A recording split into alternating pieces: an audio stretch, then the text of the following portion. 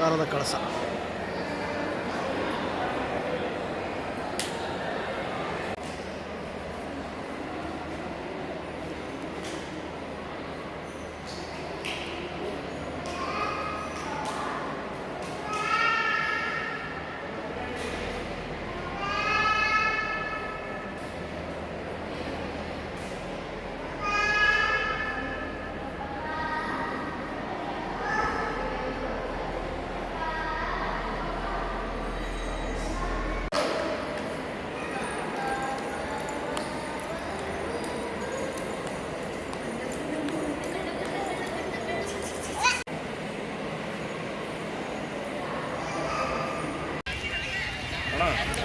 ಚಪ್ಪಲಿ ಅಲ್ಲಿದೆ ನೋಡಿ, ಬಿಟ್ಬಿಡ ನೋಡ್ರಿ. ಇದೆಯಾ?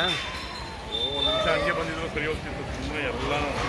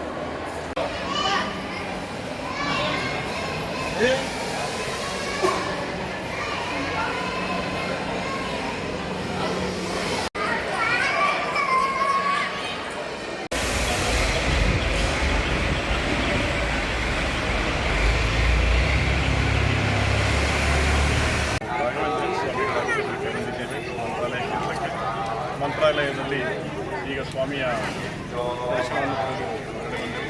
ಅದೇ ರೀತಿ ತುಂಗಭದ್ರಾ ನದಿಯ ಅಲ್ಲಿ ಯಾವುದೇ ಕಾರಣಕ್ಕೂ ಸ್ನಾನಘಟ್ಟಕ್ಕೆ ಬರುವುದಿಲ್ಲ ಅಂತ ಹೇಳಿದರು. ಏಕೆಂದರೆ ನೀರು ರಭಸವಾಗಿ ಹೋಗುವುದರಿಂದ ಸ್ನಾನಘಟ್ಟಕ್ಕೆ ಬರುತ್ತಿಲ್ಲ. ಅದೇ ರೀತಿ ಈಗ ಸ್ವಾಮಿಗಳ ದರ್ಶನವನ್ನು ಪಡೆದೆವು. ನೋಡಿ, ಅಪಾರವಾದಂತಹ ಜನಸಂಖ್ಯೆ ಇದೆ. ಇವತ್ತು ರಜಾ ದಿನ ಭಾನುವಾರವಾಗಿದ್ದರಿಂದ ಅಪಾರವಾದಂತಹ ಜನಸಂಖ್ಯೆ ಇದೆ. ನಮ್ಮ ಕುಟುಂಬ ಸಮೇತ ನಾವು ಬಂದು ಶ್ರೀ ರಾಘವೇಂದ್ರ ಸ್ವಾಮಿಗಳ ದರ್ಶನವನ್ನು ಪಡೆದೆವು. ಇಲ್ಲಿ ಅತ್ಯಂತ ಸುಂದರವಾದಂತಹ ದೇವಾಲಯವನ್ನು ನೀವು ಕಾಣಬಹುದು. ಈಗ ಹೊಸದಾಗಿ ನವೀಕರಿಸಲಾದಂತಹ ದೇವಾಲಯವನ್ನು ನೀವು ಕಾಣಬಹುದು. ನೋಡಿ, ಸುತ್ತಲೂ ನೋಡಿ, ಎಲ್ಲ ದೇವರುಗಳನ್ನು ಈ ಪ್ರಾಂಗಣದಲ್ಲಿ ಕಟ್ಟಲಾಗಿದೆ. ಇಲ್ಲಿ ನೋಡುವಂತಹ ಅನೇಕ ರೀತಿಯ ವಿಶೇಷವಾದಂತಹ ಸ್ಥಳಗಳನ್ನು ನಾವು ಇಲ್ಲಿ ವೀಕ್ಷಿಸುತ್ತೇವೆ.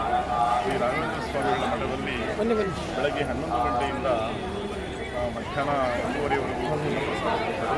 ಅದೇ ರೀತಿ ರಾತ್ರಿ 7:30ಯಿಂದ 9 ಗಂಟೆವರೆಗೂ ಅನ್ನಪ್ರಸಾದ ಇರುತ್ತದೆ.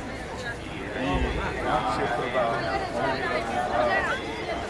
ಸುಧರೇಂದ್ರ ತೀರ್ಥರನ್ನು ನಾವು ಈ ರಾತ್ರಿ ಭೇಟಿಯಾಗಲು ಹೋಗುತ್ತಿದ್ದೇವೆ. ಅವರು 7:30 ಗಂಟೆಗೆ ಬರಲು ಹೇಳಿದ್ದಾರೆ. ಅವರ ಒಂದು ಹೇಳಿಕೆಗಳನ್ನು ಸಹ ನಮಗೆ ನಾವು ತಿಳಿಸಿಕೊಡಲು ಬಯಸುತ್ತೇವೆ. ನೀವು ಸಹ ಕ್ಷೇತ್ರಕ್ಕೆ ಆಗಾಗ ಭೇಟಿ ಕೊಟ್ಟು ಕ್ಷೇತ್ರದ ಮಹಿಮೆಯನ್ನು ಹೇಳಬಹುದಾಗಿದೆ. ಎಲ್ಲರೂ ಸಹ ನಮ್ಮ ವಿಜಯ ಕನ್ನಡ ನ್ಯೂಸ್ ಚಾನೆಲ್ನ ಸಬ್ಸ್ಕ್ರೈಬರ್ ಆಗಿರಿ ಮತ್ತು ಅನೇಕ ವಿಶೇಷವುಳ್ಳ ವಿಷಯಗಳನ್ನು ತಾವು ನೋಡಬಹುದಾಗಿದೆ. ಧನ್ಯವಾದ.